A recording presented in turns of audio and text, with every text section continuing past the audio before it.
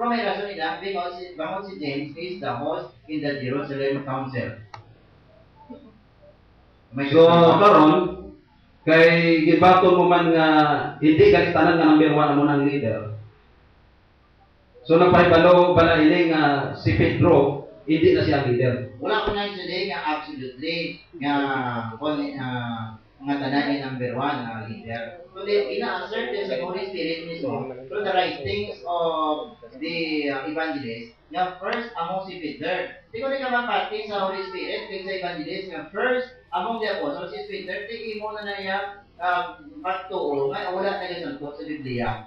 So karon hindi pa lang Galacia 2 versikulo 9 nga nag-mention na si Pedro among ikatatlo. Sala ka siya?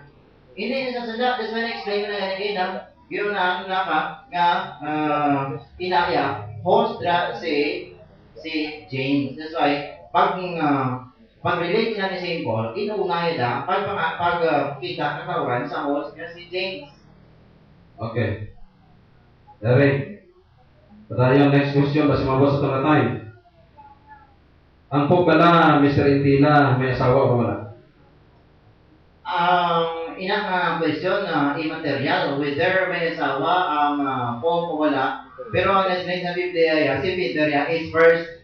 Kung may asawa man niya si Peter, it does not take away the primacy of Saint Peter. Irrelevant na sa mga question mo. Meaning, ang hindi pa pangasawa sa inyong mga po, supat sa pamatasan ni Peter. Hindi supak sa pamatasan ni Peter, kundi yun sa Ebanghelyo, kay sila ni sa Kristo sa Matthew 19:12, nga may mga tao nga wala ng pangasawa for the sake of the kingdom of God. Wala sa supak sa pamatasan ni Peter. Kundi si Peter, gipili siya na daan nga may asawa mo.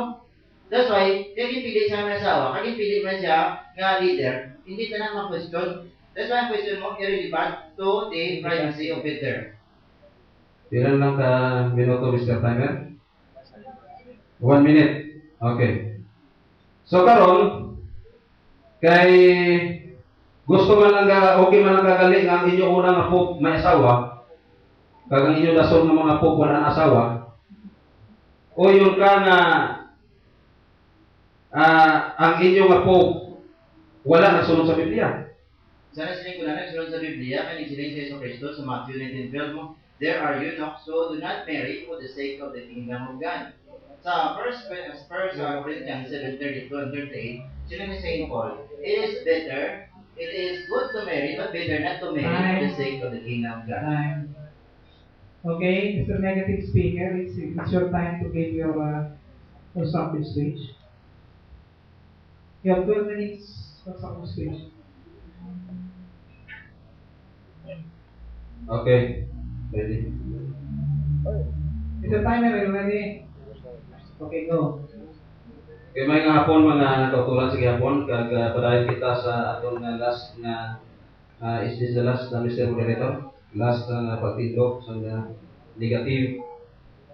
Kag ginapamatod-an ni Mr. Iti lang mga natutulan kag mga kabyanan nga si Pedro amugid ang unang apo kay siya may mga support mo siya na teksto nga kung atong binagbinagong mga kauturan kag mga kabyanan. Bisan ano na lang kabasa wala di makita. Ang proposition sa karon nga hapon mga kauturan wala na prove sang affirmative side. Hindi ma-prove kay nga kung may mabasa lang tani. Bisan din na ng litra por litra. Basta mabasa nga Jesus Christ instituted the papacy, tani, okay na siya. Okay. So, karon mga kauturan kag mga kabyanan, ining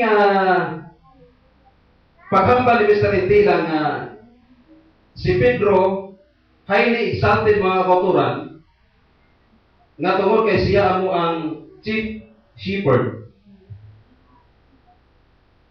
Sa Bible mga kauturan, wala kada mabasa na chief shepherd si Pedro. Dumdumon ta ng mga kauturan. Huwag ida si mabasa. Ang ginambala niya sa Biblia, kung magdugang ka, dugangan ng imong kalaratan eh. Di ba? Anong imo nga ipamatuod sa wala nimo nabasa?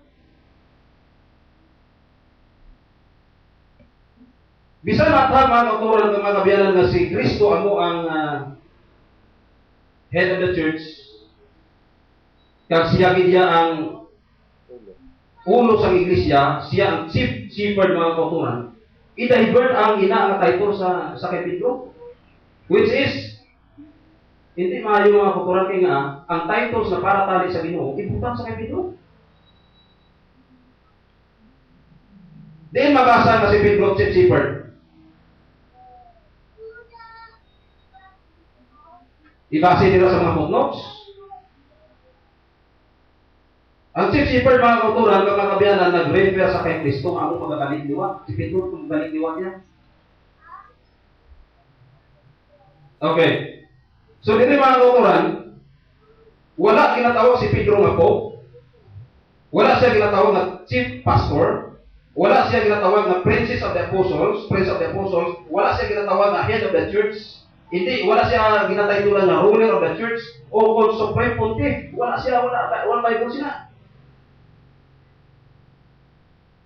Ginatawag naman siya nga apostol o konserban. Kag Philo, presbyter, sunod pa sa 1 Peter 5:1. So, dito mga kauturan, ang iba nagasiling, nga nagalikaw lang si Pedro sili ka mga titles bangor kay he was so humble and modest. Mapailubuso siya. Apang mga kauturan, kung ang unang nga Pope sa Roman Catholic Church na ginasili nila si Pedro, may humbleness kag modesty mga kauturan na hindi nisundon sa mga moderno ng mga papa. Nawala nila ng sunod ni mga kauturan. Okay. So, si Pedro ko amo ang nagpabago sa iyang mga kauturan.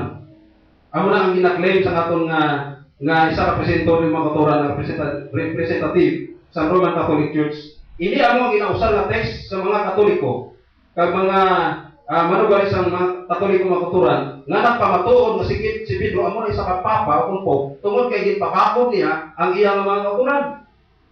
So ang ibang mga tao nagpalikod man sa ilang mga kauturan. Si Pedro lang ba naman palikunaw? Buot pala silingon nga kung mapalikon ka na sa iyong mga kauturan, pope ka na dayon. Di mabasa kung mapalikon ka na pope ka na dayon. Ha? Binuhatan, mga teksto rin mga binuhatan 18:23. Binuhatan 14:21 following, 15:32 sa Acts 41, verse 41. Sila man ba na napabakod sa mga kauturan, mga pope na? So, hindi na siya. That explanation ng kauturan kag interpretation sa Bible na wala mabasa, pareho ka na lang nagdugang. Kag may teksto sa Biblia mga kauturan, kung dugangan na mo, ano ni? If anyone shall add to them, God will add unto him the plagues that are written in this book. And if anyone shall take away from the words of the book of this prophecy, God will take away his portion of the tree of life and from the holy city and from the things that are written in this book. So hindi na siya maayo mga kauturan ng bisan wala. Imo nga iduso. Okay? May nahibaluan ko, may nabasa ko mga kauturan sa Roman Sanglo. Hindi ba lang ginatawag na what is not included is excluded. Kung ano ang hindi mabasa, excluded na siya. Ano ipamatuod mo sa walang nabasa? Okay?